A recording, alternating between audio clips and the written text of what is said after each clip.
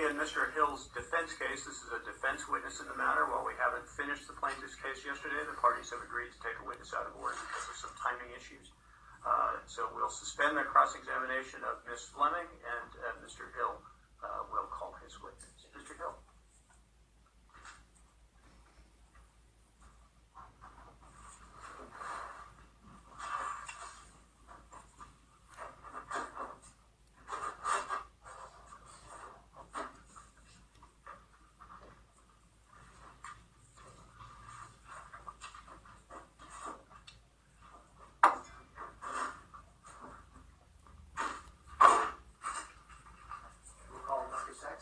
Dr. Saxon, please come on up to the witness stand if you would.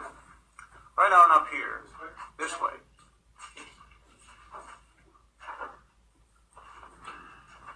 You're going to come to the chair closest to me. That's in front of the microphone. Your Honor. Remain standing and be sworn, please. Yes. Please raise your right hand. You do solemnly swear the testimony you are about to give will be the truth, the whole truth, and nothing but the truth, so help you God? I do. Go ahead and take a seat, sir. Thank you. Good morning. Good morning.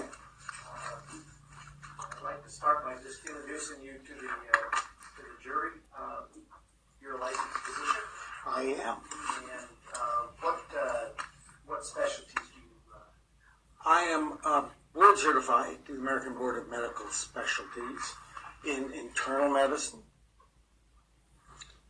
immunology, and allergy. And I have an unusual one called Diagnostic Laboratory Immunology board certification. We'll talk about that in just a minute. Can you give the jury an idea what kind of diseases you deal with in your practice? Interesting. We go all the way from allergies, asthma, AIDS, immune deficiencies. We really did bubble babies to begin with, but in fact, AIDS came along. We described the first cases of AIDS, my colleagues and I, in 1981. And transplantation, because the immune system really plays a role in all of that stuff. You know, fortunately, we don't have to see all the patients. We consult for other specialties. And where did you go to medical school? I went to two. I went to Dartmouth Medical School for 2 years, and I finished off at Harvard Medical School for 2 years. When is it that you obtained your medical degree? Well, I got the MD in 72, but you're not licensed at that point. You have to do some training to get an actual license. So I finished my MD piece of paper in 72. And where did you train after you graduated from medical school? I went to Harvard General UCLA Medical Hospital. Caused confusion. It's in California, and they thought I was saying Harvard General. And I said, no, it's Harvard General, my East Coast friends, you know. So Harvard General, UCLA, if I can abbreviate it for time, I spent 2 years doing internship and residency. I got bored, so I got this knock. So they let me do an extra year of internal medicine and hematology oncology. And that's when I got interested in immunology. I said, this is the field for the future. I then went up to the Center for Health Sciences and spent a couple of years at UCLA in basic research immunology. And then in 1977, they plucked me out and said, you're going to start a whole new section called Clinical Immunology and Allergy at UCLA. You're the chief and you're the entire staff. So that was 1977. I've been there ever since. I retired officially about 10 years ago and took the required month off and was rehired part-time because you can't. And I've been consulting at UCLA since. So that's a quicker way to look at it. Okay. And you studied microbiology as part of that? Yes.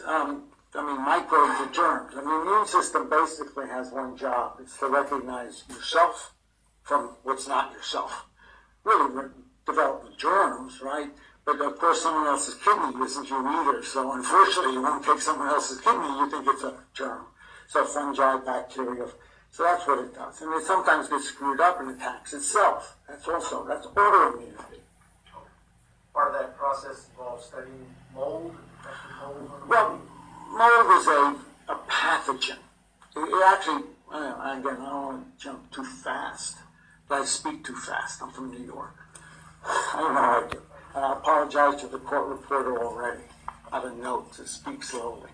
Molds are pathogens, so you can get infected. Particularly, fortunately, most of us really don't get infected with molds except with little trivial stuff like under the breast, you get a little yeast infection, mouth, or a little ringworm, because we're pretty good at keeping molds out, unless you're one of our immune deficient people. Then you're deep trouble because you can't get them out. So infections. The other problem is really with molds in our world is allergy. Molds are like pollen. They're not very strong compared to pollen or cats, but people get allergic to molds. Right here in dry old Phoenix, even. We're dry old in LA if it ever rains again. You mentioned, I think, certification in diagnostic laboratory immunology. What is that? Yeah, I think it's very important here because 30 years ago, it became very clear there was just a massive new immunology coming out. People were inventing immunology tests, right?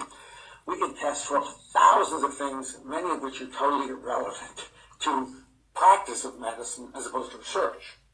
So they set up a board, which is called Diagnostic Laboratory Immunology. So I'm certified in how to analyze tests, how to set up tests, the meaning of tests.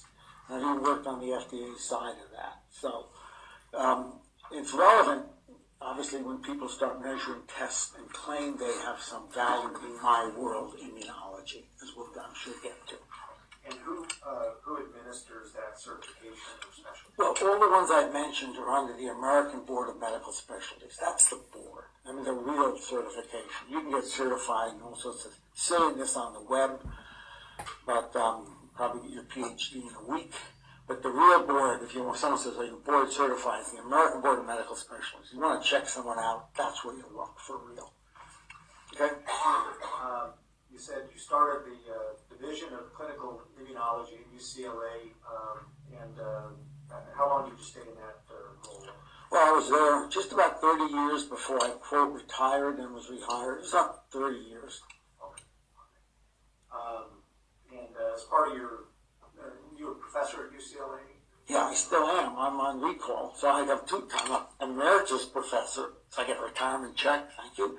And I'm a active professor, so I can still do work there. So what areas do you teach? Well, again, teaching in my route was occasionally medical students, but mainly was the next generation of me's. We were trying to train the future leaders in clinical immunology in people. So it was really the people I spent every day with were fellowships. So, and I didn't, occasionally some residents would rotate through our service. But it was really focused on I said, people are going to replace me. And one of my trainees didn't replace me as chief. I'm proud of it. Training involved addressing mold? Yes, I actually lectured, and I lectured the graduate students in microbiology and immunology on mold issues that weren't, I'll say, infectious.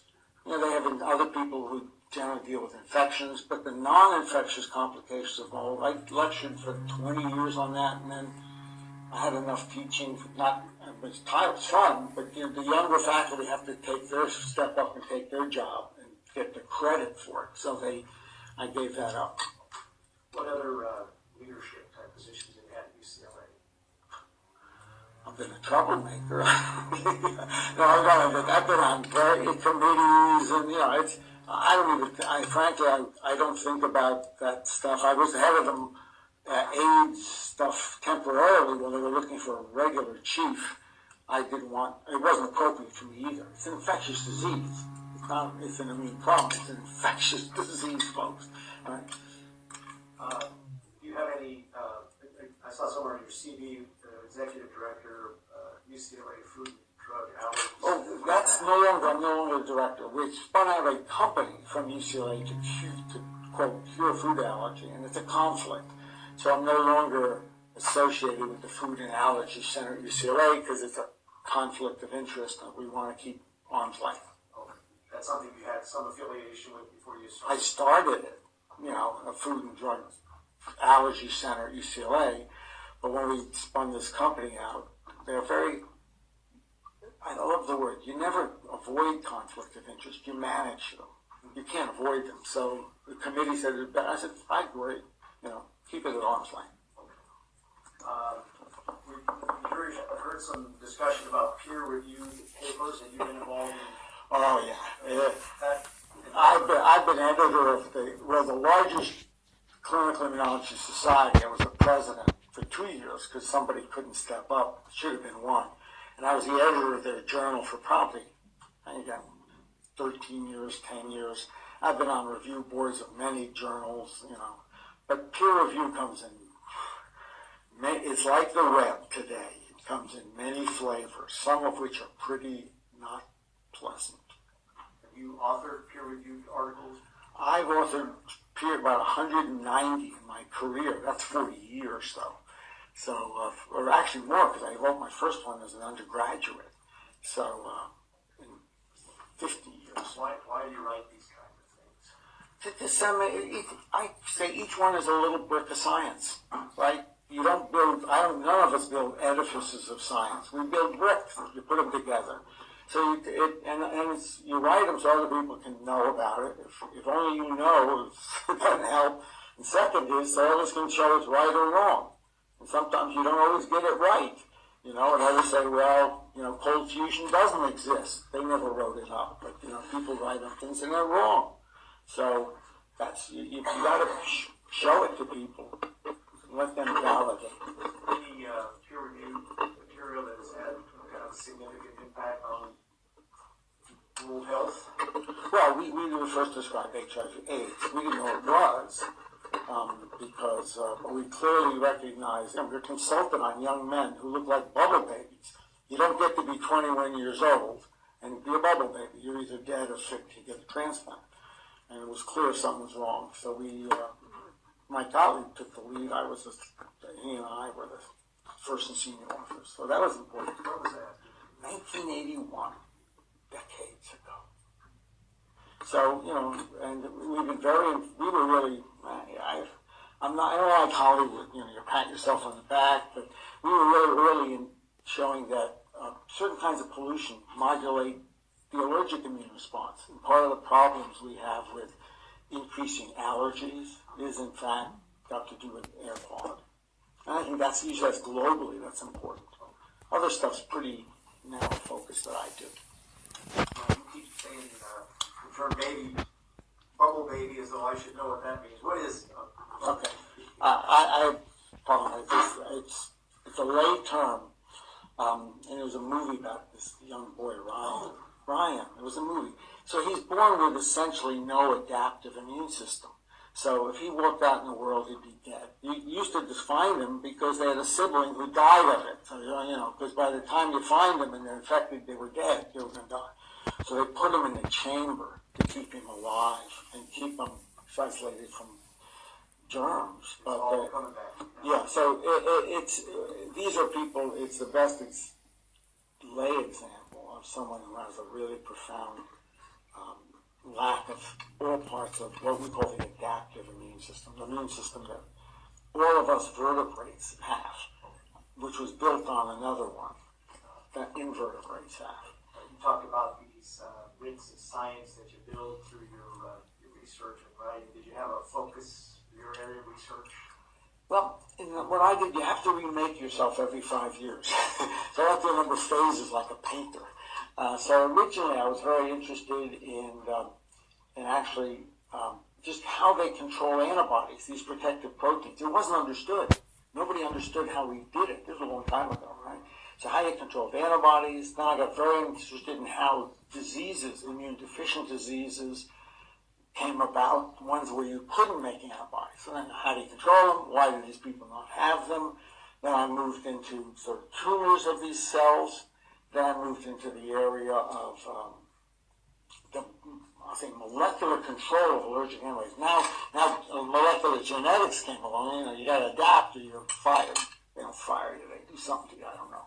And so then we moved into the pollution work. And most recently, I'd like to and my career finding out if we can use all this knowledge about allergic antibodies, controlling it, to make a way of preventing people who are profoundly food allergic from getting sick. So it doesn't stop you from becoming peanut or milk allergic. If you got it, you'll be safe. You don't have to worry about going out to eat and getting cross-contaminated and dying. Put them in a safe place. That's what my biotech company is doing. That's where I spend a lot of time. I saw in your CV you were editor-in-chief of the journal Clinical Immunology. What is that? That's what I mentioned. That was the journal. There was the Journal of the Clinical Immunology Society, and my CV probably tells you how many years, but it was like a decade.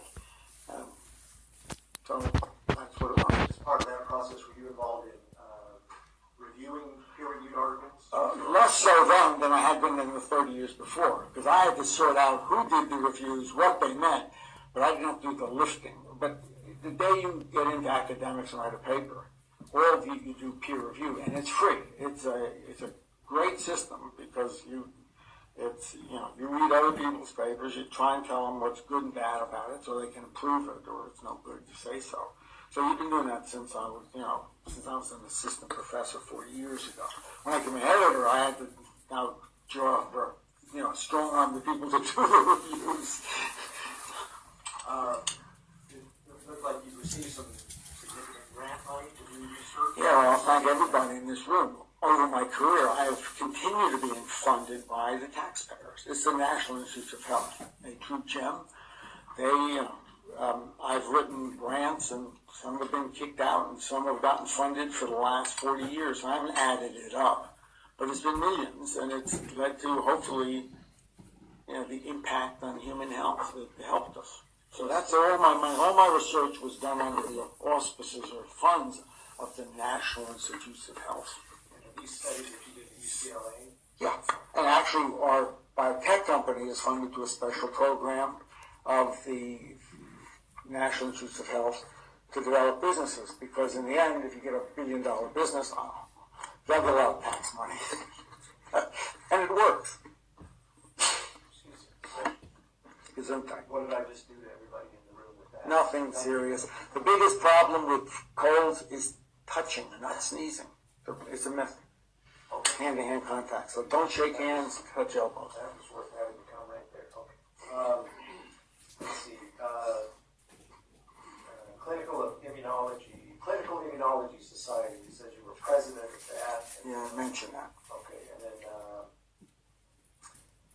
let's see. You served as section chair for clinical immunology for AAAAI and AAI. Can you explain what that is? Again, I'll try and make it quicker. Yeah, the AAAAI, 4 A's and an I, called Quad AI, is the American Academy of Allergy, Asthma, and Immunology. I've been involved in various administrative, executive positions for them over the years, on sections on immunology for other societies. So I've done lots of stuff to help these societies that are, the medical professionals who deal with immunology. Let me just say that. Okay, I don't say pay my dues. I enjoyed it. Not anymore. AI, what is that? AI, American Academy of Immunology. That's more basic science. The Quad AA is more clinical. I did both. I sort of sat in the middle. I did real basic research, but I applied it to humans. So I was in both camps. Okay. You told me something about now having started a couple of biotech companies. What are you doing in that area? Like I said, we developed a trying to cure. Here's not the right word. Trying to prevent the development of severe food reactions to put people in a safe place, and that's where we're at. In addition to all that stuff, you're also doing this kind of medical legal work. Absolutely. What percentage of your time? As I said, I told you outside, I'm now doing maybe 8 to 10 hours a week, which is now about 20% of my time. It used to be a lot less. I never did more, but now that I'm retired, I don't work 60 hours a week. I'm probably down to 50 or 45. My wife's pleased. Okay. So the hours are pretty much the same. All right. That's good. And you work for plaintiffs and defense? Yes, I do work for both. In this kind of stuff, which is mold or toxic, I'm almost always for defense. I say the same thing we wrote in the position papers. I can't speak out of two sides of my mouth. Same. In medical malpractice, unfortunately, there are a lot of not so good doctors out there. I do more medical malpractice for plaintiffs, but it's just the way it is. You know? Give us an idea of what kind of patients your group saw at UCLA, immunological issues. Well, again, we would see people with, I guess, the bread and butter, which isn't what we particularly enjoyed the most, was routine allergies. Because 40% of the population's got allergies, right? So if they weren't handled well, they'd send them to us. It wasn't 40% of ours, because most of them don't need to see people at UCLA. We saw a lot of immune deficient, which most doctors might see 2 in their life. I had a whole 100 of them, right? People with immune problems that were genetic or acquired. Usually the acquired ones are caused by an oncologist, and therefore they would take care of them, would help them. And the other was some transplant problems. Again, the transplant people would generally, like the nephrologist, take care of them. But when they ran into certain issues, we would help them with that. And the other is diseases that doctors just aren't aware of. You know, they get distilled in front of us. Well, we're talking about vocal cord dysfunction, pseudo-asthma, things that aren't asthma. We would see lots of this because either doctors don't recognize it or they didn't want to tell the patient really what was going on. I'd send them to me to be, good cop, bad cop. They didn't have to be my patient forever. They wanted to keep the patient happy. And I had to tell them the bad news. You also note that you've written a couple of physician papers on the effects of mold and advanced conditions, that kind of thing. Tell us about that. So I was asked by a former assistant surgeon general of the U.S. named Brian Hardner to help them write a paper for the American College of Environmental Occupational Medicine. So it's 5,000 environmental health people about the effects of indoor mold. Why was I asked? Because I'm a doctor who deals with certain aspects of it. I'm not a toxicologist. They're toxicology. Okay? So I helped them write that. I mainly wrote the sections on immunology and infection because I deal with those. And I wrote that with them. And that was rewritten by the Society in 2011. They just reworded it a little bit and republished it. Okay? So I didn't really have anything to do with the republishing, but it didn't change it substantially. It's the same one. And then in 2004 or 5, I was asked by the Quad AI, AAAAI, to do the same thing, but now with more of my colleagues. There was about 7 or 6 colleagues on this panel to write this position paper. I don't know, again, it was 2006. I can't remember the year it came out. And we wrote that. And all these position papers, after 5 years, are, quote, sunset. They don't, they're still true, they're accurate. I don't think there's anything wrong with them. It's just they don't leave them up forever because they, like the ACOM, republish them if it's a hot topic. It's something after it's a done deal. They don't republish things on things that aren't active that they feel. So they're still there, but they're sunset officially. Were you paid to do these? Of course not. I wouldn't accept payment for these kinds of things, and it would be inappropriate. Nobody's paid for this, like peer review.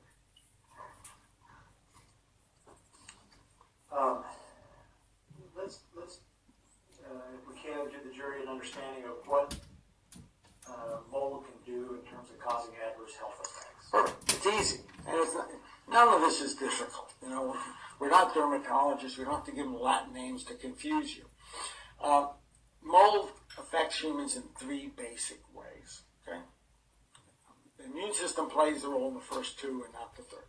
First of all is immune diseases. And the one that's quite common is allergies, because 40% of the population's got allergies.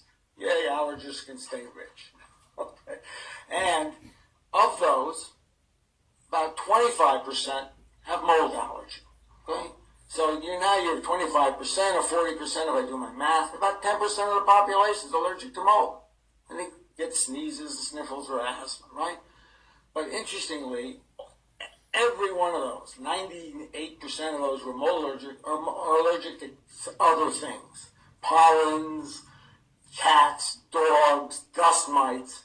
So in fact, when we wrote the position paper, we said mold is an important but minor allergen.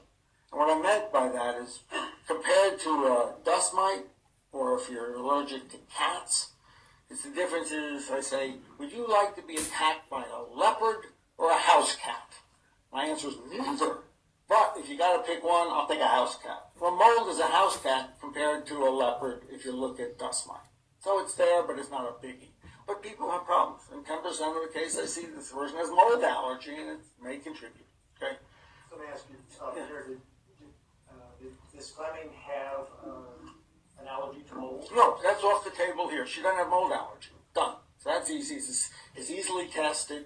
It was tested as negative. But that's off the table.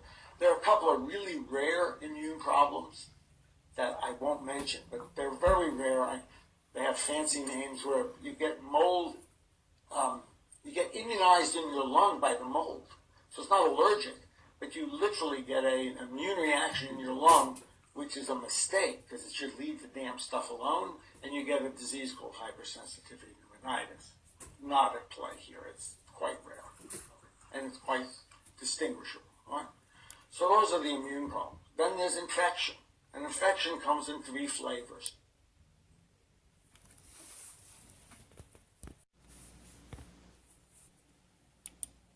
Right? I already mentioned one.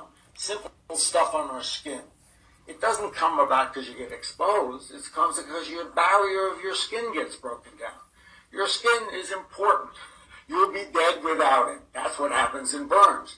If they don't just die from the immediate burn, the fact that you're new to your skin, you die from infection. Because the immune system can't cover your whole body that well, right? So when you wear shoes and bump your toes, you get fungus infection under your toenails. You don't wear shoes, you don't get that problem. So if you get rubbing from clothes, you can get rubbing in your groin from your jock rind, they used to call it. That's because the skin barrier is broken. So those are, I call them trivial, not when you have them, but then it's not in play here. Those are anatomical issues. The second one is there's 4 molds that are like tuberculosis. And you got them here like we do one of them. Coccidiomycosis, you may have heard of it. We call it valley fever because of the Central Valley. But they're like TB. You get them outside. They're not from your home. They're because you dig in the dirt, and you're an archaeologist, or you go somewhere and you breed the mold spores. They're bad stuff. Again, it ain't due to your home. And the third group is the immune deficient people. Cystic fibrosis, bubble babies, HIV. You know, at some point, if you're immune deficient enough, I try to say with humor, you can grow cabbages and rutabagas in your lung. You just have no way to fight things off. And they're often what kills people because the drugs to treat them are not nearly as good as antibiotics. But again, Miss Fleming is not a bubble baby or not immune deficient, so she's not going to have it. And the third one is poisoning. And yeah, you can poison yourself with mold, but not by breathing it. You can do it by eating it. And how is that? Well, poison mushrooms, you're dead, right? If you're in Ethiopia and you're going to starve to death and there's rice over there that's rotten, you can eat it and you can die from the poisons in the mold. And the reason you can die from eating it and not breathing it is mass, weight. So you can, one bite of food, 5 grams, I don't know how much it weighs, right? It's got weight. How many weight of mold spores do you breathe in a year? Okay? Less than the head of a lead pencil. If you put them together, because they're teeny.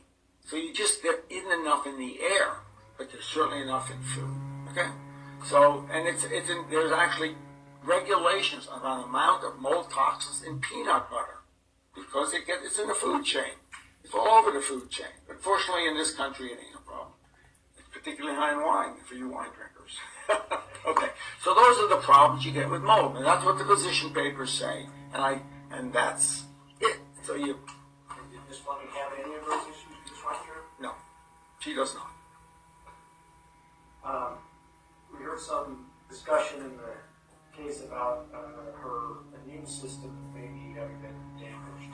Do you have any indication that happened in this case? No, Can it happen from mold exposure? not from environmental mold exposure, no. I mean, no. The answer is no. Molds don't damage it. It's the other way around. It's damage you get the molds, okay? And I don't recall any evidence that her immune system is damaged, other than the stuff Dr. Mahan does, which is, we have a very fancy term for immunobabble. It's nonsense, okay? But the real tests are fine. Can you give me maybe just an example or two of what kinds of things may cause damage to the immune system? HIV, a virus that attacks your immune system. Chemotherapy, radiation therapy, right? These are the big secondary causes of immune deficiency secondary. As I said, oncologists, HIV, and, radiation is a radiation therapist, right? Or you go to Chernobyl. And how do you know that mold exposure doesn't cause compromise of the immune system? Well, but how do you know it doesn't? There's no evidence that it does. I mean, people are exposed to mold. Look at New Orleans. Right? If New Orleans, after Katrina, would have outbreaks of immune deficiency, I mean, the mold levels are extraordinary. In New Orleans in general, if you look at a place like New Orleans, I mean, it's dry here. It's just as dry in California. You get mold levels of a few thousand outside here, 1,000 per cubic meter. That's a square area, you got a few dots in it, right? In New Orleans, they get levels of 40, 50,000 just outside, or 100,000 in the air. So, where you think, gee, if the water if it was that bad, you'd have outbreaks of it doesn't happen. It's just not. And in fact, look at workers. There are workers who get exposed to extraordinarily high levels of mold in jobs like maple bark strippers disease, where the mold is in the bark. And they get this weird thing I was mentioning in the lung. They don't get immune deficiency. It's overreactive immune system, not underreactive. So, can people become hyperactive or overly sensitive to mold? well, that's allergy. That's the 40% who, genetically programmed. And then there are these rare people with industrial strength exposures who can get this bad lung thing. And they're almost always occupational diseases because they're like working in silos or working in a place. So they've almost all disappeared because once you know about it, you wear protection. If you don't wear protection, you get in trouble. Okay? And any indication that Ms. Fleming had any of those types of No, she did not.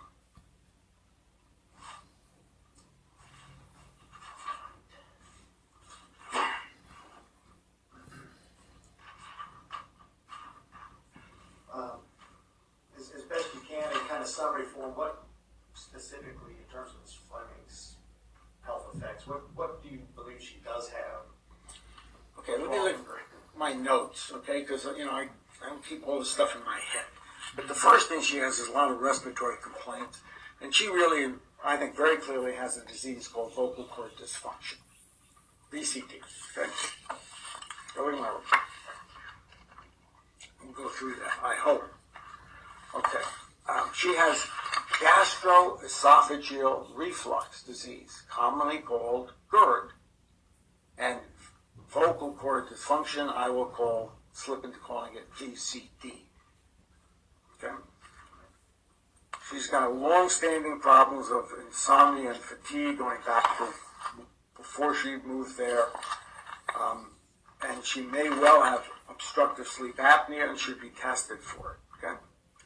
She's obese, and I don't mean to be pejorative, but she's got a body mass index that's to over 30%, 30, which puts you in the category of obese, which has health consequences, one of which is obstructive sleep apnea. Okay? She has high cholesterol levels. lipid levels, right? And that's related to the obesity and genetics. She's got some very, very mild liver changes. That's due to the obesity. There's a name for it. It's called steatohepatitis. It's common in people when they get, it's not dangerous in a sense, but it explains her slightly elevated liver tests at times.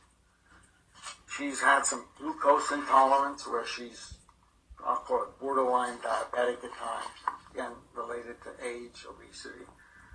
And she had some high-risk infection of her cervix with a human papillomavirus, which is, again, not relevant, but I go through everything as long as the individual. Okay? That it? That's it. Any of those related to mold exposure? No.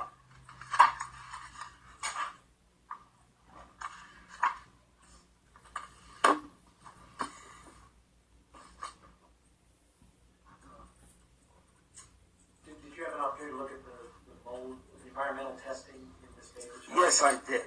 What did you find of significance? Or lack of significance? You'll have to look at my report again. I remember looking at it. I remember there was a mathematical mistake. They made a multiplication error. But let me look.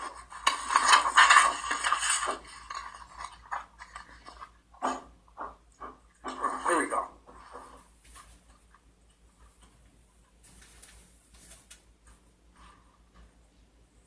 Okay. First, let me frame this, if I may, Your Honor, by saying what's relevant in human adverse effects is your exposure. Right? So if you're not exposed to it, and that means you can't get it into your body, it's not relevant. So the relevant metric, as we've written several times, is air. It's not what's in the wall. And I say the money in the judge's wallet is not accessible to me. If he puts it up here, I can have it grab. That's airborne. What's on the floor is in his wallet. You can't have it. Get it. So the testing that showed, there was some testing done on 6, 10, 13, where they did swabs. Now that may be interesting if you're going to remediate and want to clean up, but it doesn't say what's in the air. And she had well, it was 83,000 was the real number of this organism called Stachybotrys on a swab. It's irrelevant in the air. In fact, there was none in the air. Why? Because Stachybotrys is a slime mold. It doesn't get airborne. So you can find a lot of it. It's around my kitchen sink, I'm sure, because I can see the black stuff growing around it. But it's not in the air. As opposed to other molds, which are easily airborne. It's like dandelion flowers. They're up in the air versus pine cones. They don't circulate in the air. They're on the ground. You're not going to breathe the pine cone. So she had some testing that the only relevant testing that I saw was on 7, 11, 13, where the outside air was around 317 spores per cubic. That's very low. That's Phoenix in July. Okay, Phoenix and if it ever rains, goes real high actually. Okay, but it ain't ever raining again. So at that point, one of the rooms, the bathroom, had 2,866 to be exact. So it was, and it was the molds that like drier places. So it was higher inside than out. There was some mold growing in her bathroom. That's I'll call it normal indoor mold. These molds, Aspergillus and Penicillium, are actually about 1,500 types of mold. It's 2 genuses, so there's 1,500 species. They like dry climates. They like growing in dry places. They grow in leather just by taking a little air. So she had a little mold growth in her back. But the levels are low.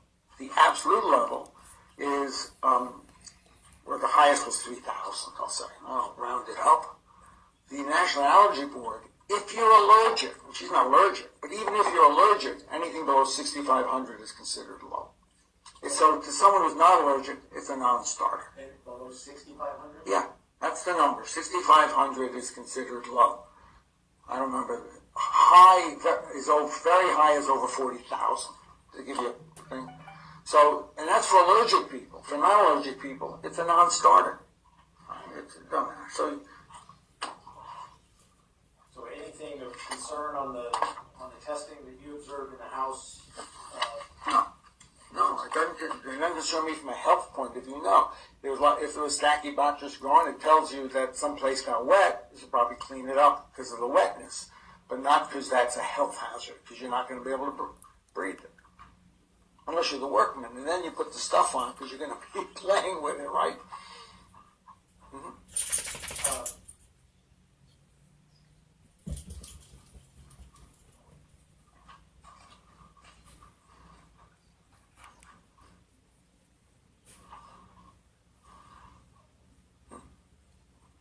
So, this clinic is not allergic to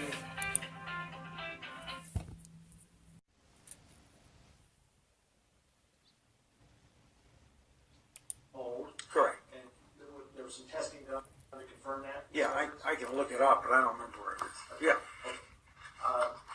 She didn't suffer an infection related illness. I don't recall having any, I don't remember she had fungal infection of her toenails. Let me look. I have it in here. Let me look. No, she did not. Besides, my note says, no mold infections. Records do not even reflect she had problems such as toenail infections or skin infections. She did have a vaginal infection with candida, okay, and in mold. It's a yeast, and it's very common when women take antibiotics because it's on everybody all the time. It's in our mouth, it's in women's vaginas, anywhere. And when you kill the bacteria with the antibiotic, the mold overgrows. The yeast overgrows. Sorry about that. The yeast. It's not a mold, but it's a normal consequence of antibiotics, unfortunately. Any toxic effects from mold? No. Irritant effects? No. I didn't mention irritant effects. An irritant effect from a mold can happen two ways, so I'm backtracking. If you have enough particles like dust, where you can't see across the room, it's going to irritate your eyes and your nose, like any dust. It's a nuisance. It didn't happen here. The other is it can smell so bad, like you put your face right in the bleach or the ammonia, it stinks and it hurts. They're transient effects. They go away when you leave. There's no evidence those levels of mold spores or volatile organics were anywhere in the picture, so no irritant effects. If they were, they'd be gone in a couple of days. Did you find any issue with Miss Fleming's immune system? Compromise? No. The actual tests, like her white cells or inflammatory markers that are used by doctors, are all normal.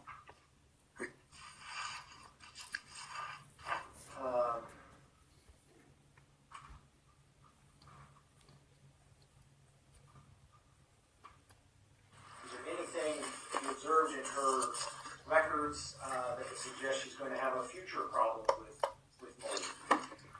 Not with mold, no.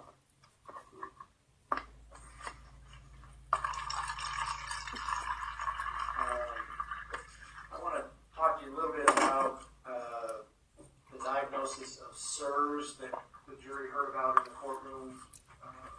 That's spelled C-I-R-S. Yes. There is a real S-I-R-S, which you just want to... I don't call it SIRS, I call it C-I-R-S, but if you call it SIRS, because I call the S one SIRS. Okay.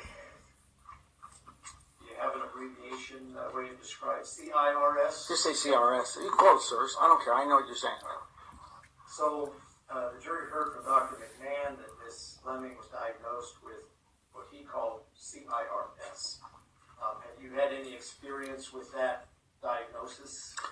I have lots of experience with that belief system or diagnosis. I call it a pseudo-diagnosis.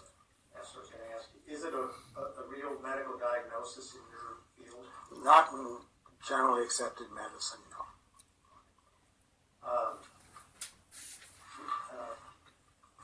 I don't know if you looked through his lab testing and things that he uses to diagnose what he calls CIRS. I have. Talk about that. Yeah, and we also need to talk about our BCD. Okay. Just reminding him. No, I've got some boards here. Okay. Remind me of that. Okay. All right. I Okay, yes, I'm very familiar with the tests. I am board certified in diagnostic laboratory immunology. I'm very familiar with this kind of testing. Okay, so he talked about certain things. I suspect you probably know more about what he talked about than I could even describe. But one of the things was MSH, that was somehow abnormal. What is that? Was it abnormal? Okay. Yes. What is it? It stands for melanocyte stimulating hormone. You may have heard of thyroid stimulating hormone, TSH. You got to check them. This is melanocytes. It's made in the same place, up in your pituitary.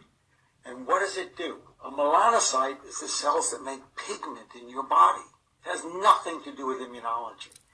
What it does, and it's not really important in humans, it's important in frogs. It stimulates the cells that make pigment, that make melanocytes, that make your skin. So it stimulates those cells to produce more melanin. So that you can become, if you're a frog, you can go from light to very dark. It's not a suntan.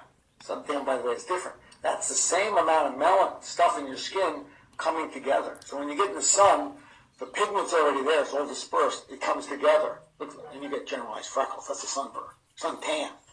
But MSH tells the cells to make more. So if you're in that organism that has to really get dark because your skin can't stand the sun, and you're a frog, whereas really, okay, that's what it does. People with no MSH are just fine. Guess what? You take it out, the pituitary because of a tumor, you have to replace their thyroid, and you don't replace their MSH. There's no reason to. It's basically vestigial. So it has nothing to do with immunology. Second thing Dr. McMahon and Shoemaker say is it's abnormal. Well, her level was 31. Okay? What's the reference range in the laboratory? 0 to like 150. Why is that abnormal if it's 31? Because Dr. Shoemaker, and if you look at Dr. Mahan's little sheet, he says below 35 is abnormal. He and Dr. Shoemaker have figured out their own reference range, ignoring the lab. So what are you doing? But they say they have their own rules. Okay? So she has a normal MSH. It's not related to your immune system, and there's essentially, again, I know too much sometimes. There's one reason to measure it, and it ain't that if you got a tumor that makes it, and they take the tumor out, they check it to see if the tumors come back. It's a tumor marker for a very weird tumor. Okay, the test does exist. And so the lab range, when you get your result back, and it's got the range and high, low, whatever it is, 0 to 150. I don't remember the high. It's way up there. Again, I can look them up, but it's the jury. I'm joking. Trust me, I'm a doctor. Never trust anyone who says that. But it's a high number. Okay. So that, yeah, it's in the reference. And can I explain to the jury what a reference range is so they won't get confused by their doctor? So I use the word reference range. I don't use the word normal. Because when you see those numbers, for any test you get from your doctor, the common parlance is normal, and that's not right. That's 95% of normal people. So 5% of normal people fall outside that test, okay? Therefore, if your doctor does one of these panels with 20 tests, statistically one's going to be outside that reference range. That ain't a disease. It's just a statistical variation, right? And if you have a good doctor, he or she won't chase that test. It's trivial, a little bit, right? But, so even a value slightly outside that doesn't say it's bad. It depends on how far outside. An example I use is look at basketball players. If you look at our population, they're all outside the reference range, but they're not sick or I don't know, if they're above 8 feet, you got a disease. You're way outside the reference range. You're AB normal, as young Frankenstein said. But otherwise, so you need to know what the reference. So when you see a test slightly outside that, don't panic. Hopefully your doctor knows not to chase. It's a dog chasing your tail. It does 20 more tests to get a little more abnormal. Good doctors know not to chase those slight variations. But hers was normal. Within the reference. Yeah, and it's even if his reference range isn't, it's just outside it. Yeah. Is it TGF beta? TGF beta. What is that? Okay.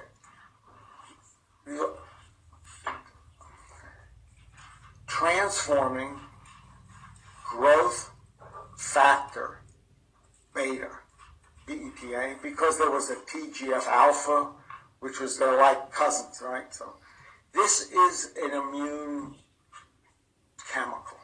It's one of hundreds of them that are all, I say the immune system is like a roadmap of the U.S.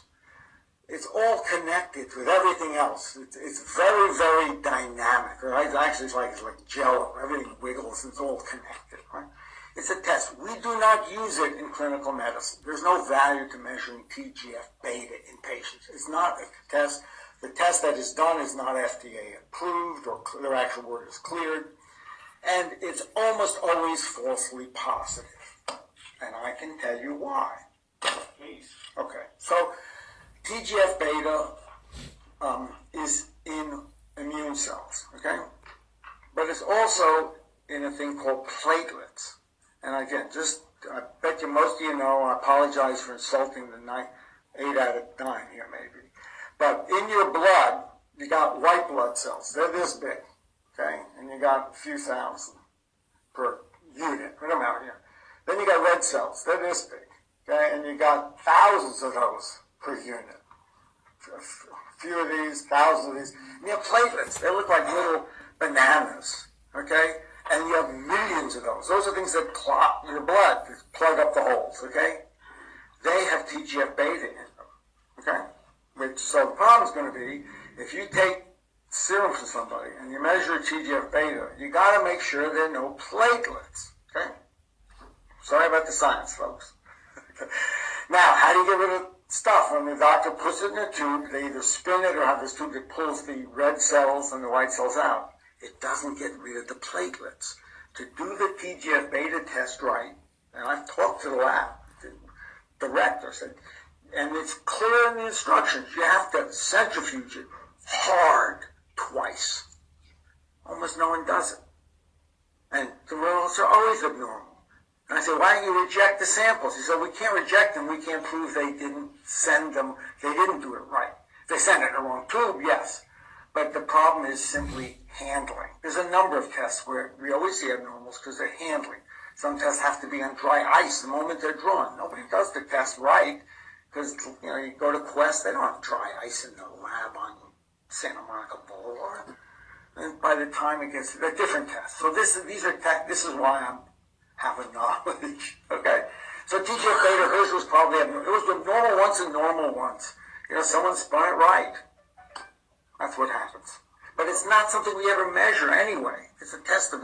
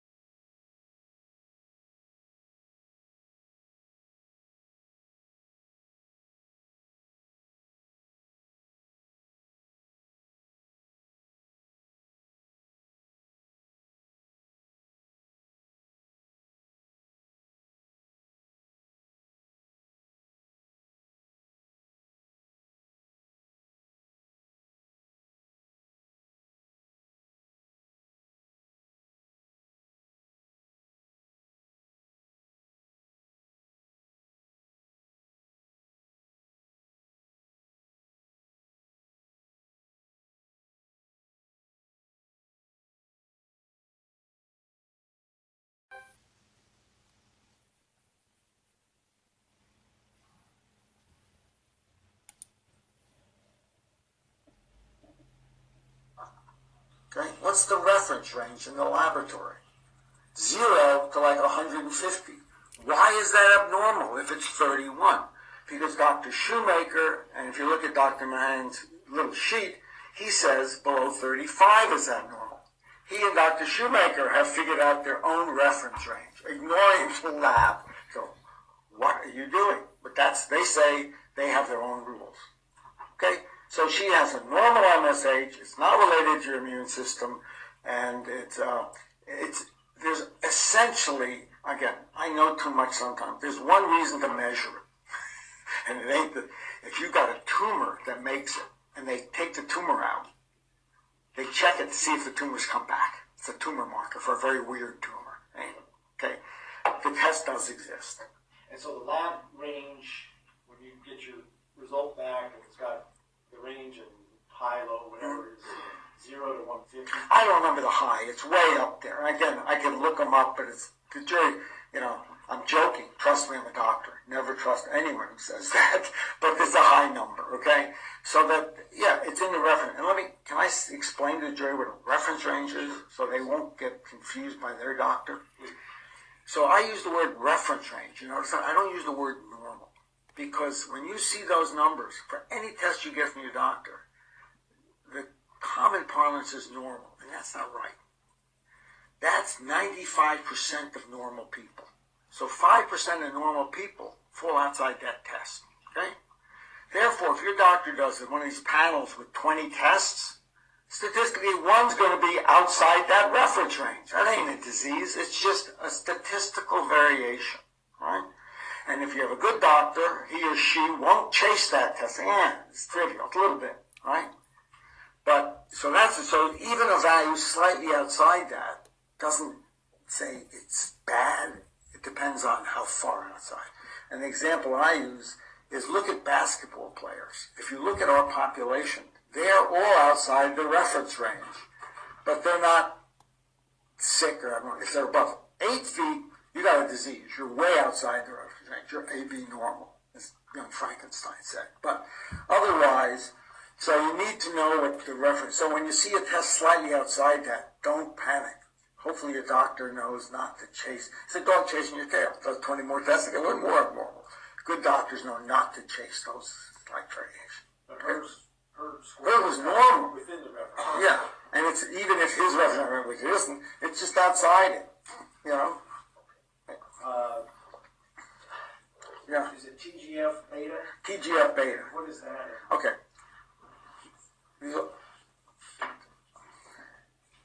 Transforming growth factor beta, BETA, because there was a TGF alpha, which was they're like cousins, right? So this is an immune chemical. It's one of hundreds of them that are all, I say the immune system is like a roadmap of the U.S. It's all connected with everything else. It's very, very dynamic, right? Actually, it's like jello. Everything wiggles. It's all connected, right? It's a test. We do not use it in clinical medicine. There's no value to measuring TGF beta in patients. It's not a test. The test that is done is not FDA approved, or their actual word is cleared. And it's almost always falsely positive. And I can tell you why. Please. Okay. So TGF beta is in immune cells, okay? But it's also in a thing called platelets. And again, I bet you most of you know, I apologize for insulting the 8 out of 9 here maybe. But in your blood, you got white blood cells. They're this big, okay? And you got a few thousand per unit, per amount, yeah. Then you got red cells. They're this big, okay? And you got thousands of those per unit. A few of these, thousands of these. And you have platelets. They look like little bananas, okay? And you have millions of those. Those are things that clot your blood, that plug up the holes, okay? They have TGF beta in them, okay? So the problem is going to be, if you take serum from somebody and you measure TGF beta, you got to make sure there are no platelets, okay? Sorry about the science, folks. Now, how do you get rid of stuff? When the doctor puts it in a tube, they either spin it or have this tube that pulls the red cells and the white cells out. It doesn't get rid of the platelets. To do the TGF beta test right, and I've talked to the lab director, said, and it's clear in the instructions, you have to centrifuge it hard twice. Almost no one does it. And the results are always abnormal. And I said, why don't you reject the samples? He said, we can't reject them. We can't prove they didn't send them. They didn't do it right. If they sent it in the wrong tube, yes. But the problem is simply handling. There's a number of tests where we always see abnormals because they're handling. Some tests have to be on dry ice the moment they're drawn. Nobody does the test right because, you go to Quest, they don't have dry ice in the lab on Santa Monica Boulevard. And by the time it gets, they're different tests. So this is why I'm having knowledge, okay? So TGF beta, hers was probably, it was the normal ones and normal ones. Someone spun it right. That's what happens. But it's not something we ever measure anyway. It's a test of no, but again, Dr. Shoemaker and Dr. Mahan have settled because they give abnormal results all the time. So I found labs that give, tests that give results outside the reference. How about ADH? ADH. Okay, now I don't remember her ADH. Gotta know what it is before you worry about it, right? It ain't an immune hormone. It's related to beer. I'm just getting the man's attention. Anti-diuretic hormone. Okay? A diuretic is the thing that people take to get rid of fluid. Okay? So the anti-diuretic hormone is something that says, hang on to water. You're thirsty. Okay? So when you're thirsty, your anti-diuretic hormone goes way up, and you urinate very concentrated urine. Well, when you drink a beer affects your brain. It turns that right off. It goes down, and you urinate. So it's a very variable depending on your state of hydration. It can go to undetectable, and has nothing to do with immunology. It's not. We do measure it in people with kidney diseases and other conditions, but it's not related to immunology. Okay. HLA? Oh, yeah, HLA typing. So this is, I want to apologize, but Dr. Mahan brought this up, so you're going to get it. HLA, human leukocyte antigen. These are the markers that tell you, you're you, that young lady's there, and you're you, and you can't give your kidney to him. These are the ones we try to match. So these are the human tissue markers that make us each individuals. Identical twins have the identical markers. Nobody else has the identical markers. So if you get a transplant, they try to get them as close together as they can. There are thousands of them. Okay? Dr. Mahan and Dr. Shoemaker started saying, well, there's certain ones that are susceptible. They use an old system. We've gone way beyond the system they use today for transplant. But they say these are susceptible types. If you look at the types Dr. Shoemaker wrote, and he didn't write in a paper, he wrote it in a book, I think, called Surviving Mold. He wrote, this is what I think. Everyone has one. It's a guarantee. Because these are common HLA-DR types in the population. So they say, well, if there's 30% of this, 20, you add them up and you come up to close to 100%. So they're meaningless in that sense. We use HLA typing for two reasons. One, the main reason is transplantation. The second is there's some unusual HLA types that make up, I'm going to say 5% or less of the population, that are associated with certain diseases. But they don't indicate the disease. And I'll give you an example. There's a weird disease called ankylosing spondylitis. Trouble with your spine. People with a certain HLA have this disease. But 98% of the people with that HLA don't have it. It's just very common in the ones that have it. So it doesn't mean you have the disease. It's a susceptibility factor. There's only about one or two diseases we use it for, and they're rare. They have all of them thrown in. So it's a non-starter. You want to be susceptible, I can make you susceptible by their rules. It's useless, the way they use it. Okay? Maybe you could explain to the jury what real kind of inflammatory markers are.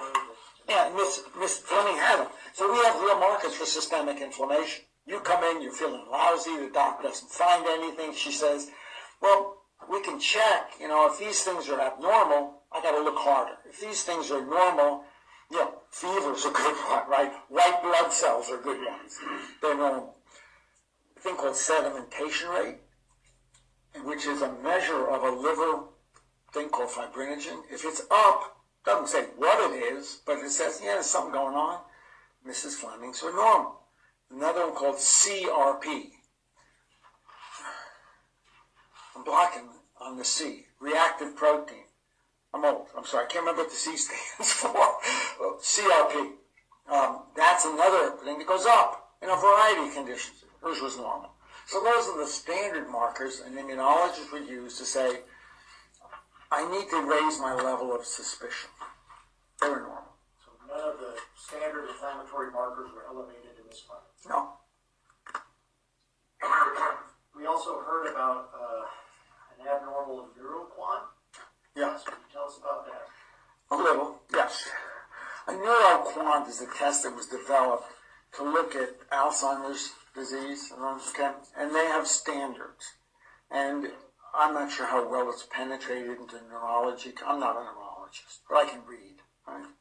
I don't do the test. But it's a test that measures certain amounts of tissue in the brain that go down in dementias. All right? And their standards, and hers was normal. Okay. On the other hand, again, Dr. Shoemaker and Dr. Mahan and others have now said, well, we have our own standards for other parts of the brain that we've decided make people abnormal, and they always get them abnormal. But the real radiologists who do this say this test is normal, and again, they're making up their own rules. So that's what it is. Her neuroquant, according to the radiologist that read it. Hers was read as normal by the expert in neuroquant testing. But, yeah, that's the answer. Dr. McMahon also referenced the I guess it's the General Accounting Office Right. validating his and Dr. Shoemaker's work. What is your response to that? I'm laughing. I'm smiling. Because what GAO? Let's go through the General Accounting Office. What are they doing validating? They're not in a medical body. They're the government accountants, right? And if you look at what their charge was, theirs was to look at some reviews and figure out how the government could do better, right? The word chronic inflammatory response doesn't appear. The word Shoemaker doesn't appear. None of this appears. And there's no doubt. I looked through this thing yet again when I came here to say, what is he do? There's nothing in there. That's totally specious.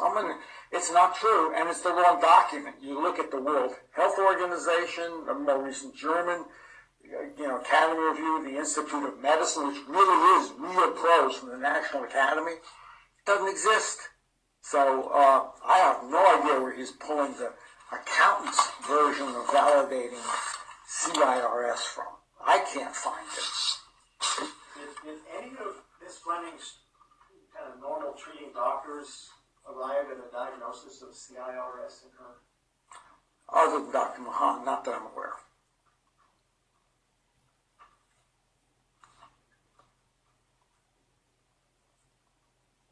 Mr. Hill, we're going to take our morning recess. Ladies and gentlemen, we'll take about 15 minutes. Please remember your admonition while you are. Stand up.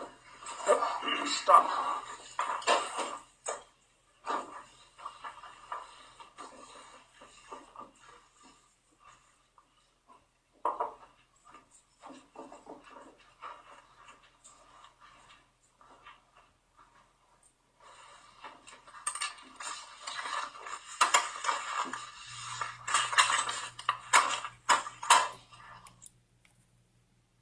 Council and the parties.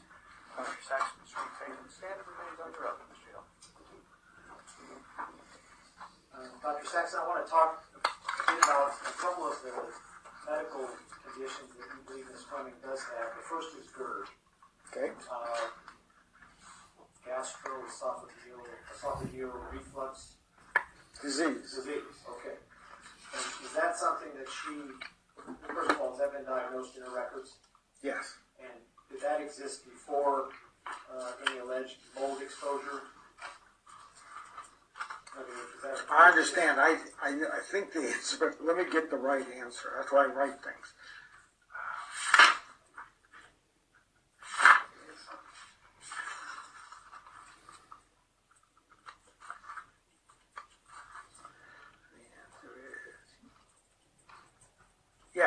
existed before.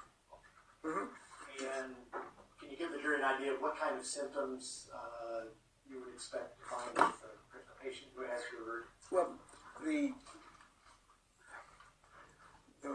initial general ones are abdominal discomfort, up high. It's not below your belly button, but under your, just up here where your stomach is, because your esophagus, and what it's due to is basically contents in your stomach slipping up into your esophagus, okay? Gastroesophageal reflux is going back up here where it shouldn't go. No big deal. And you get some acid, and it causes some pain because the esophagus isn't meant to have acid in it, like your stomach. It's not as protected, so you get pain. It can go further because it gets up in there, and if you have asthma, she didn't have asthma, but there's a nerve called the vagus nerve that's in here. If you irritate that, it can actually stimulate asthma. So it's an asthma mimic. If it gets up even higher. Gets up even higher, you get in back in your throat, and I have occasionally in my life, you get acid in your throat. Okay, cough is a common symptom of that. And another common one is it actually, when you're asleep, a little bit of it trickles down into your trachea. It doesn't usually get into your lung. It may, but usually it gets stopped around your vocal cords. And you get vocal cord irritation, and you get cough from that. Okay, so you get slightly inflamed vocal cords, and some doctor whose name I'm blocking on, Friedman, Finberg, he looked in there and said the area around her vocal, not her vocal cords, they call her retinoids, they're like where they attach, is red. Looks like GERD. So he even saw, so she's probably got some, in the past, the last time I looked at the materials, she wasn't really being treated for this. And the treatment is, anti-reflux medicines with a pink pill or purple pill, Nexium kind of stuff. There's a whole bunch of stuff you can do, raise the head of your bed, etc. Lose weight, because it's also the weight's problem. One of the things in Dr. Finberg's records was that the bronchitis type symptoms that she had could be explained by GERD. Is that? Yes, because asthma, they make you cough, and it's irritating. What is bronchitis? I love definitions. I really don't. It means your airway tubes are inflamed. So you put acid on your airway tubes, they get inflamed. Viruses cause it. Chemicals can cause it. Infection. So doesn't mean infection. It just means inflamed airway tubes. Sure. And then the other one you I think spoken a bit about is vocal cord dysfunction, VCD. Right. What is that? Okay, I think that's very important because vocal cord dysfunction. Okay, it's a condition in which a person during stimulated respiration, usually during exercise or stress, their vocal cords, when I breathe in, my vocal cords go out. So I get a little more air. And when I speak, they come together and do this, right? So I can talk. The vocal cords actually close up. Okay? And so instead of going out, they'll either vibrate, they'll close partially, or they'll go in and out during respiration. Okay? It is a major asthma mimic because they quote wheeze, they make sounds. I'm about to have vocal cord dysfunction. I'm kidding. I'm closing my vocal cords, right? It can go inside or on out. It can happen in either. Some doctors think it's rare. It ain't rare. They just don't know it exists. So among my lectures is the 101 things that wheeze that aren't asthma. And this is one of the most important. And I would say 25 to 30% of the intractable asthma sent to UCLA is this. It ain't asthma. The reason it's intractable, because you can't treat it with asthma medicine because it's not asthma. At the National Respiratory Center in Denver, they actually looked 40% of the intractable asthma is VCD. So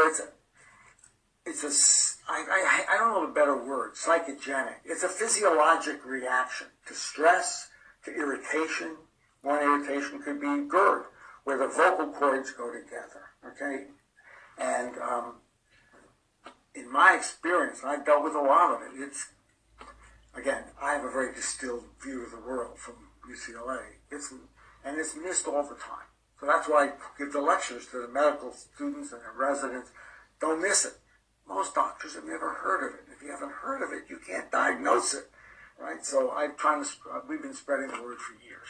So that's what VCD is, and I think she has it very clearly. Okay.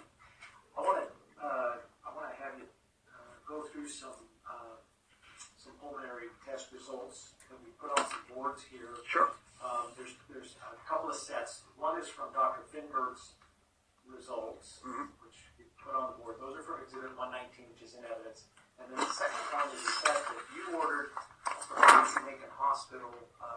We marked as Exhibit 127. Do you see that in front of you? Yes. And is that the set of testing that you want from Lincoln Hospital at your request? Yes. I move to the addition of Exhibit 127. It is actually.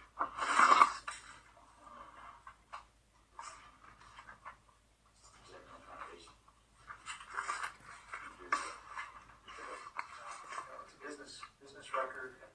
The tests were ordered at Dr. Saxon's request, and Dr. Saxon is an expert in pulmonology and immunology and would be better able to read these tests than most anybody. I would say he's got foundation. They're not the business records of this doctor.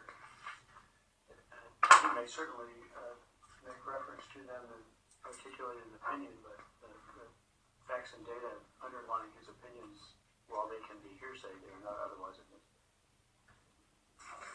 So we'll talk about that set. Okay. We'll actually go through the ones that were in Dr. Finberg's records. Okay. Okay. All right. Would it be possible to have the doctor come down and go through these? Certainly. I am allowed Where are you voice. going to put them? Well, I guess we want to make sure that you can see them. There is an easel. How about if we put this and you can lean against this? I can probably just hold them. You're an expensive easel. Yeah. However, What? but If you simply flip around and show them to me, I don't have any issue if you stand there, if you flip around and show me what you're talking about. I got it. I see you back. Why don't we put this up on the thing? And Mr. Jenkins, if you want to move about the courtroom so that you can see. Everybody can see. Are they? oh, they're fine. I don't think we can do it. I got a finger. Okay. I just had another objection. I don't know these records that he ordered. I don't believe they were test results from this clinic. So I don't know how they're going. So they're I precluded 127. My understanding is that every other enlargement is an enlargement of something that's in evidence. the invert ones are, and these are the demonstrative that we talked about on break before. But are those the John C. Lincoln? No, these are the demonstrative of normal test results that we talked about before we brought the jury. Ladies and gentlemen, these are not admitted as evidence in the matter. They're simply for demonstrative purposes for Dr. Paxton to explain the reading of normal test results. And with that explanation, I will allow the demonstrative. Thank you. I don't put them up here. I'll hold them. Or would you like to know? Tell me what. So what I'm looking at here. Spirometry, breathing test, okay? Like anything, it has to be done properly. It's an effort-dependent test. It's not like standing up is effort-dependent. I explain it to patients. It's like running a race, 220. You got to come out of the blocks fast as you can, as long as you can, so you're blue in the face. I demonstrate. I go, biggest breath. And you're blue in the face. And then suck in. And that's a proper critique. If you don't do it right, it does no good. You can look at the face and then suck in. And that's a proper critique. If you don't do it right, it does no good. You can look at the curve. So this thing here is the breathing out. And I say it's like watching a race. You know what for a second. So if I'm running a race and you see me run my heart out, say, good job. If you see me go down, running down and go, and then stopping, saying, your effort isn't good, you didn't understand, you gotta do it again. That's all. So they're effort dependent, and we have criteria for what's a properly done test. Half the tests I see at UCLA done outside early they give it to some medical assistant because it's cheap. They go do the test, they get some numbers, they don't even look at it. You'll see that in Dr. Feinberg's test. It's really embarrassing to find those things. Okay, so this is the normal test. This is flow rate, speed. So boom, I come out and go real fast out of the blocks. I'm Usain Bolt, look at me go. And then I sort of peter out. I go, this is, well, ignore this. This is inhaling. Okay, so just look at that. This is what's proper. These are from the guidelines. I do the test. It should have all these. I'm not going to read the criteria. They should be instant. They go up. They should, fall. They should, and then they should be reproducible. You should have two that are the same. The reason is that if I run a 220, I might run it. I have no idea what it takes. Let's make it 100 yards. I take 18 seconds. Right? So that's okay. I might be able to do better. But if I do my best, I won't be able to get better. So you get two that are max. You say, that's a good job. Reproducibility. Reproducibility, right shapes. And there are shapes with diseases.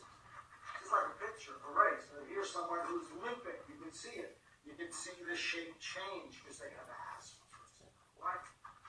These are common mistakes. I'm not going to go through them. So this person started slow, sort of jumped out of the blocks. Okay? They didn't go very hard, and then they wiggle. They sort of panting. And then what do you call that? That's either cough or vocal cord dysfunction. The vocal cords, there's no way you can get this during an whole exhalation unless you're suck in, okay? And then it early stops. So these are, we have standards. Any fellow in their second month of fellowship in pulmonary should be able to tell that second month sucks. That's a fancy term. Technically not. We're right. It's just the same thing. This is, variable effort. Here's another normal. This kid's this stopped early, but it also got variable effort. Now we can take a look at this Fleming's effort over the years. I don't have the dates on the graph. So these are tests from 6, 27, 13, and 12, 26, 13. You look at them, and I don't know what Dr. Feinberg was doing. A fellow would have to go over his program to interpret this test. It's simply nonsense. This is vocal cord dysfunction. Look at it. It's a breath is teeny, and it's not even this. Well, these are not properly done tests. Okay? What happens is the doctor, he writes in, if he looked at these, I'm embarrassed for him. They look at the numbers. There's a sheet with a bunch of numbers on it. It says this. But they initial it. So he says he looked at, this is the fancy term on is garbage. Okay, next. That's two tests. And then these are the tests that I asked to have done. I think that, this is, We're not going to be allowed to show these.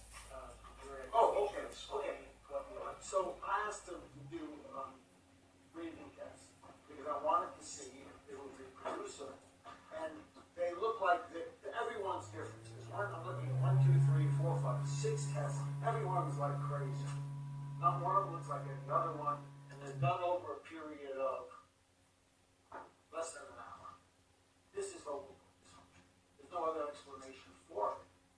Okay, and this is classic because you saw that this is vocal dysfunction. So I know Dr. McMahon said, "Oh, they looked, we didn't see it." Of course, they didn't see it. This guy didn't even see that this was not readable. I don't know what he was looking at there. Plus, when you look in the throat with a microscope, like he said he did, you actually need to do videos from us. It goes like this so quickly, you and I don't see it.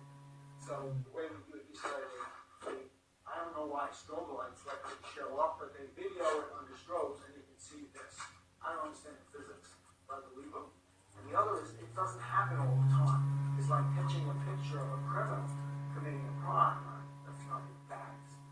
Someone's, crime restoration, they're normal. It's only when they're pushed to commit sin. Okay? So this definitely, and the history of knocking on the ground, this is recent.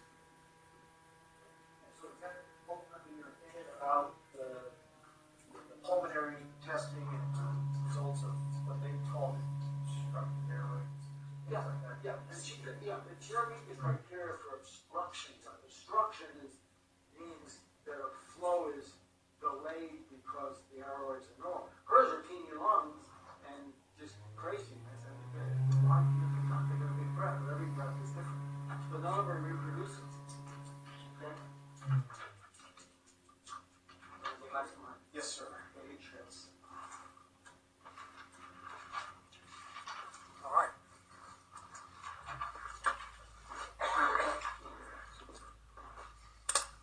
Does the VCD, the vocal cord dysfunction, have anything to do with mold exposure? No. Well, yeah, if you believe it, you say, it's a behavior. So if you say, mold, and I see people that don't say perfume. So what we'll do is say, they'll be breathing normally, you can bring in some perfume, and they'll have this behavior, and we can watch it. But, so if you believe it, you can induce it by belief in mold, but the mold itself, no. If you were to expose somebody to mold who was reactive to mold, like an allergy to it, would it present as vocal cord dysfunction? No, they get a runny nose, itchy eyes.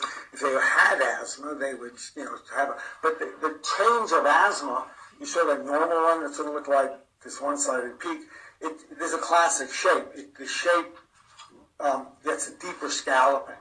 That's obstruction to flow. But she didn't have that. Okay. Doctor, that's all I have. Thank you. Thank you. Cross-examination, Mr. Jay. Yes, sir.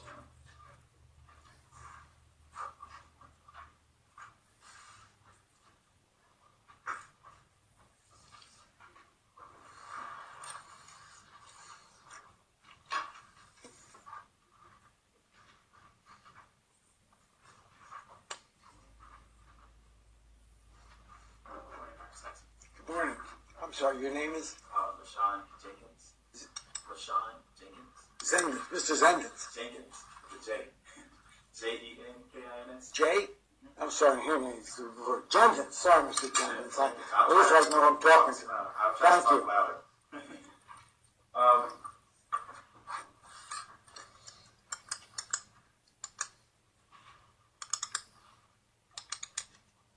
Have you ever treated Miss Fleming? I have never treated her or seen her till today. Okay.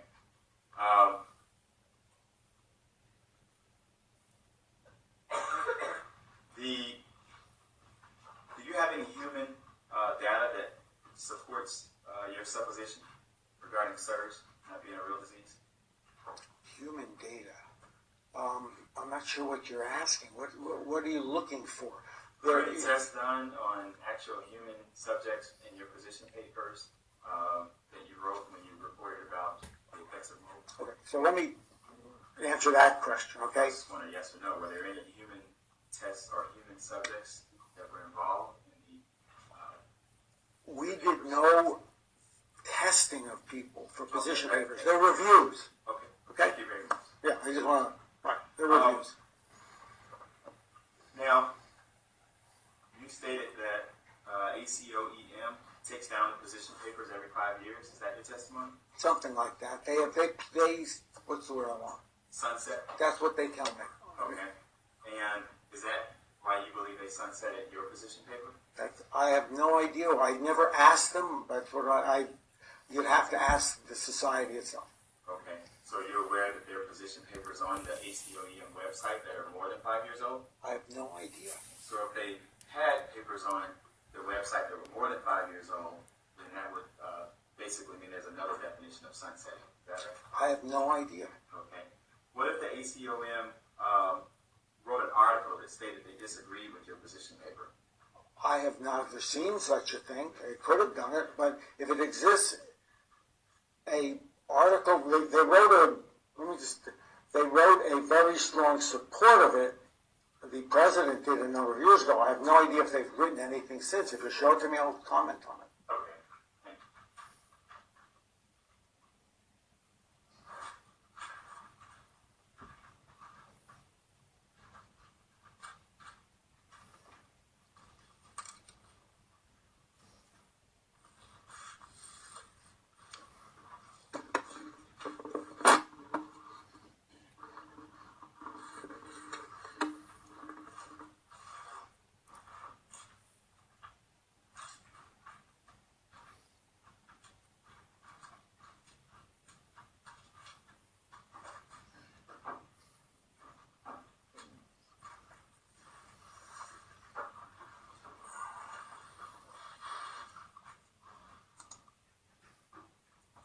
Come back to this.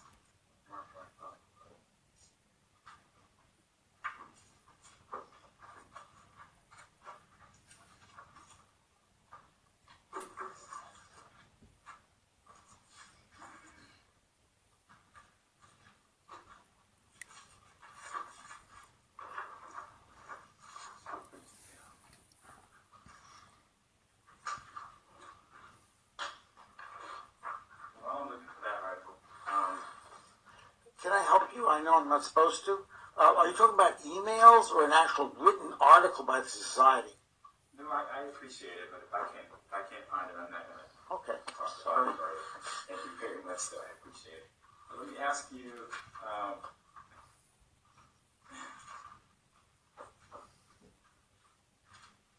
Are you aware that over 50,000 patients have been diagnosed with SIRS?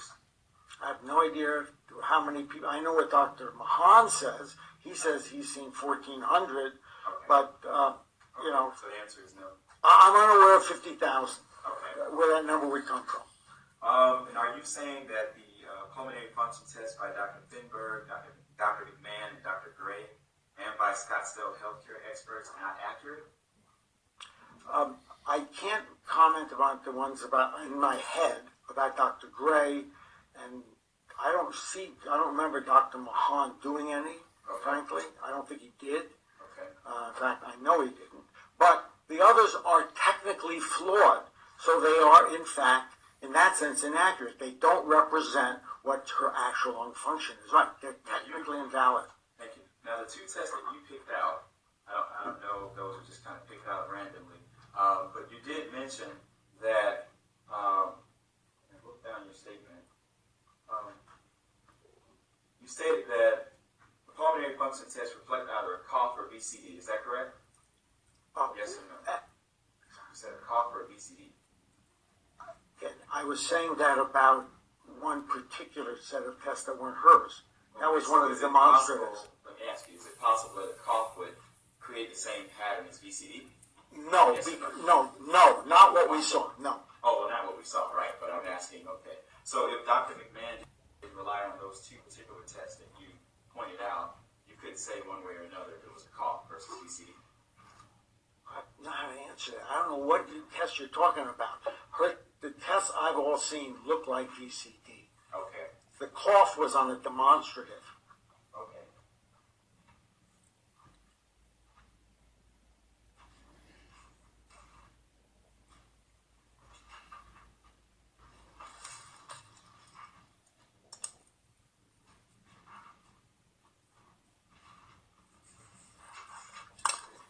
Now, are you aware that Dr. Finberg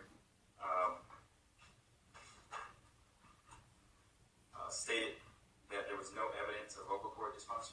I didn't see him say that at all. No, he didn't say that. He said vocal cords move normally during quiet respiration. Okay, thank you.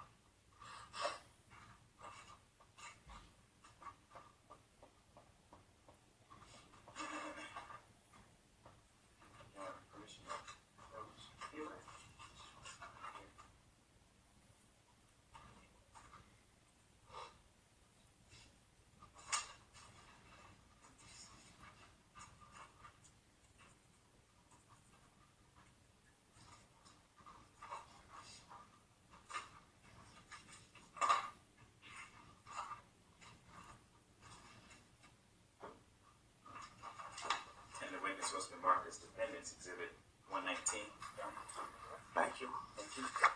top paragraph.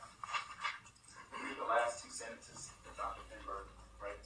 You're right. He said, reviewing the findings of rhinoscopy, noted there is no evidence of vocal cord dysfunction. Okay, thank That's what he said when he looked at the vocal cords. you. Thank you.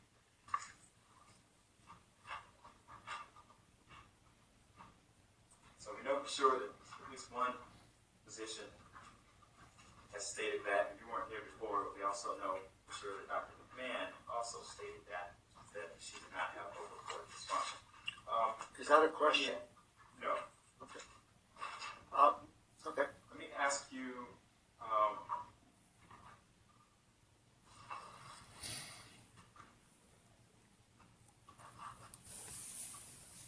just wanted to make sure, you said a very high mold count is over 40,000. That's by, as defined by the National Allergy Board. I think they call it very high, 40,000. Okay, thank you. In the You air. stated, okay. I'm sorry. Yeah. it's- You stated, regards to hypersensitivity, I think you stated that workers, once they are aware that there's a mold environment they're going into, they wear protection. I think you stated. Yes. Okay, thank you.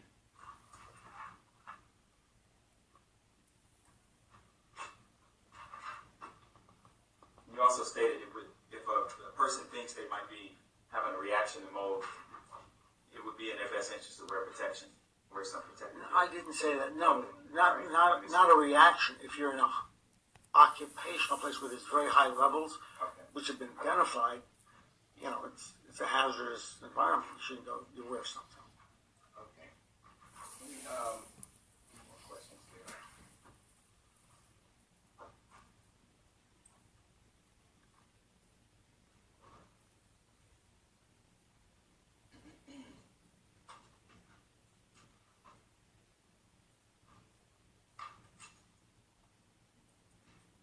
Now, in your practice, how many of your patients have you diagnosed with health problems as a result of exposure to mold?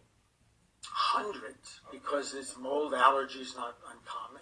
And I've actually seen some of these rare ones that I talked about because they get sent to me. Let me ask you this. Yeah, sure. So do you believe that a person can develop a chronic inflammatory condition following their exposure to certain kinds of mold? No, I do not believe CIRS exists. I think it's a bogus diagnosis. All right.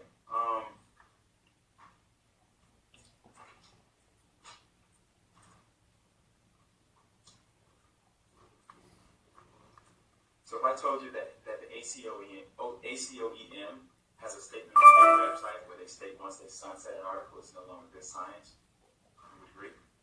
I have no idea. The answer was.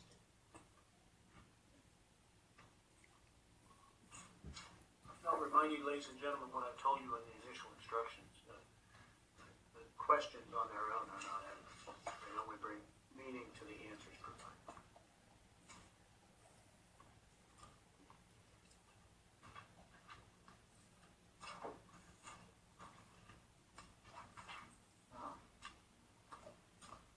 Commission approach. Handing you what's been marked as plaintiff's exhibit number 91. Thank you.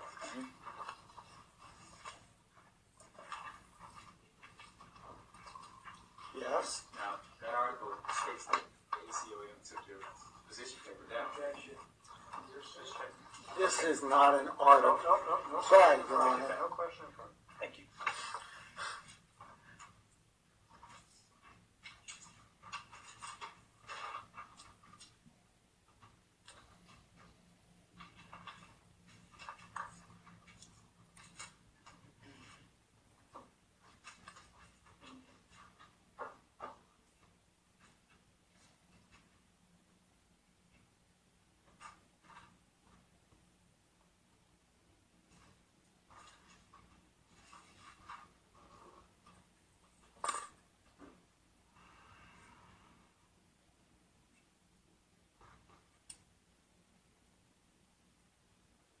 Isn't it true that the 2002 study that was written,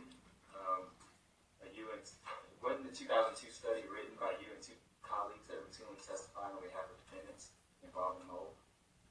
I'm sorry. Say again. Isn't it true that the 2002 study was written by you and two colleagues that routinely testified on behalf of defendants defendants in cases involving. Let me help you out. Is it yes or no? Your question I can't answer the way you said it, but I can answer it and help you. Okay. Go ahead. So you're talking about the 2002 ACOM position paper. That's what I wanted to clarify. So it would help. And it was written by myself and two other people who actually generally testify for defense, and we told the society that in our conflict of interest. Thank you. Okay.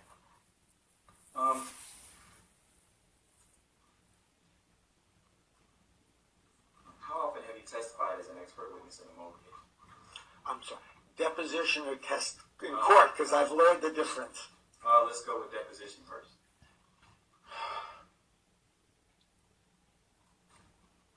I'm going to estimate 40 times in the last 20 years. Twice a year, we'll say. And how often in trial?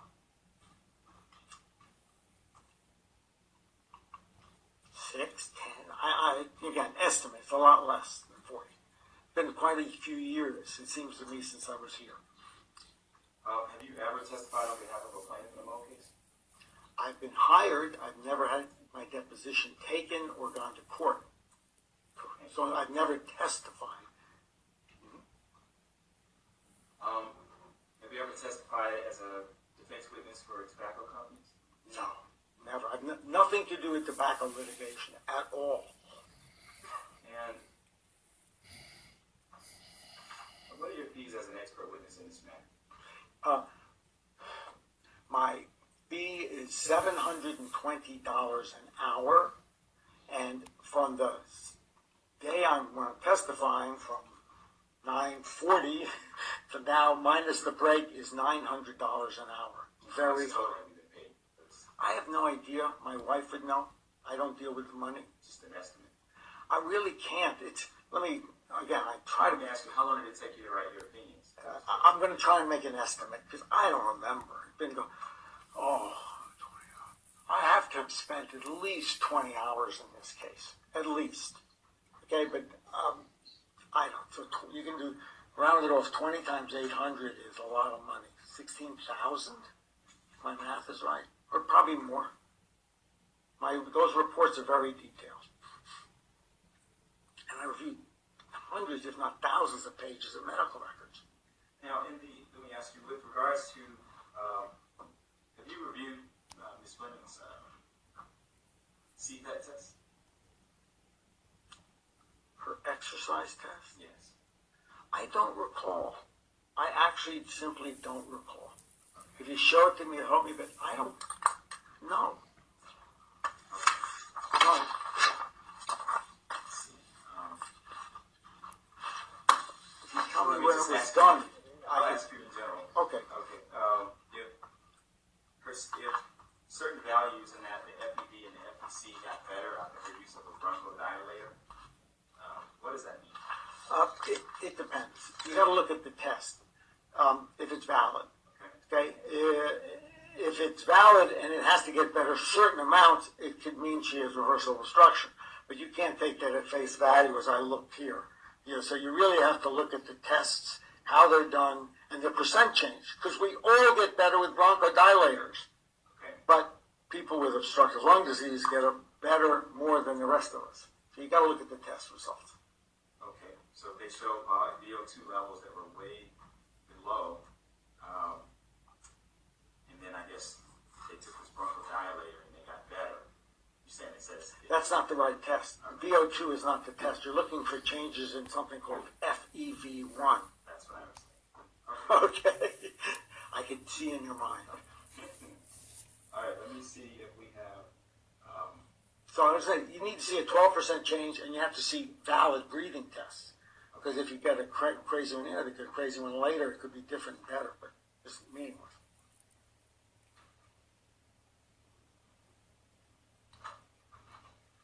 No further questions, right? Mr. Hillary, you're up. Thank you. Thank you. Mr. Chandin.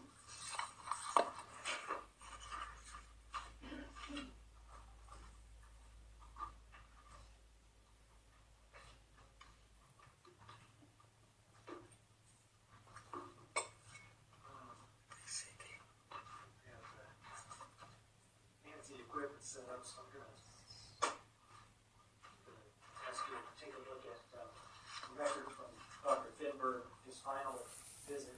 It's part of Exhibit 119. I'll just read it and give you your information if you would, sir. Going through his diagnosis, chronic tracheobronchitis, since May of 2013, unknown etiology at this time, possibly related to chronic mold exposure versus other allergens versus GERD that may be triggering reactive airway disease. Is that consistent with what you're testifying to? Can I look at it, because it'll just help me be consistent? Not really. And I'll tell you why. First of all, let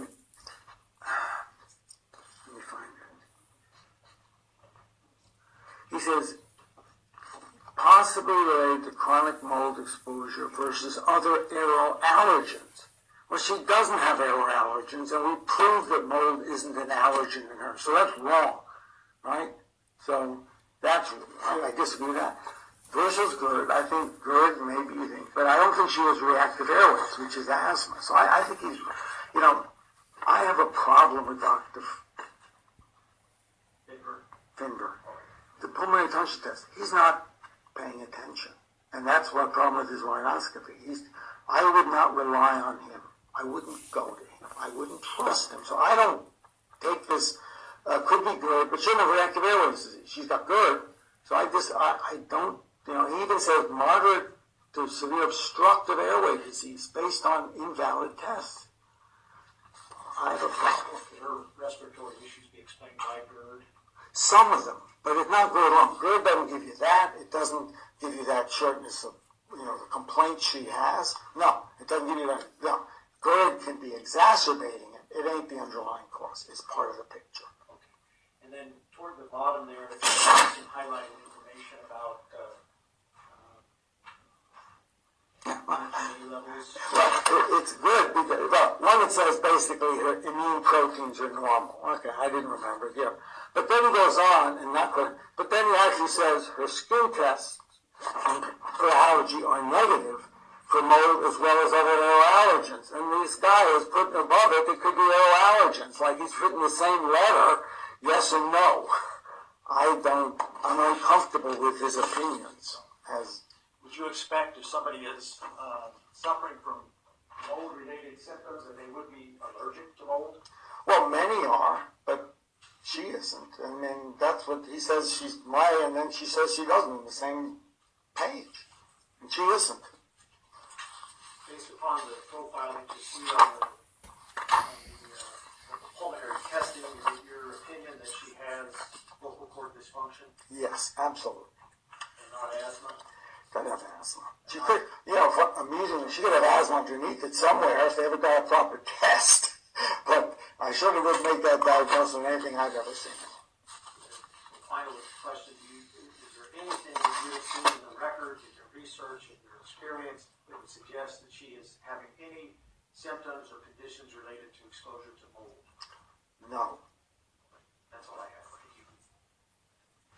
Thank you, Mr. Hill. Ladies and gentlemen, are there any questions from the jury for Dr. Patrick? Wow. Thank you, Doctor. Thank you, Your Honor. I appreciate it.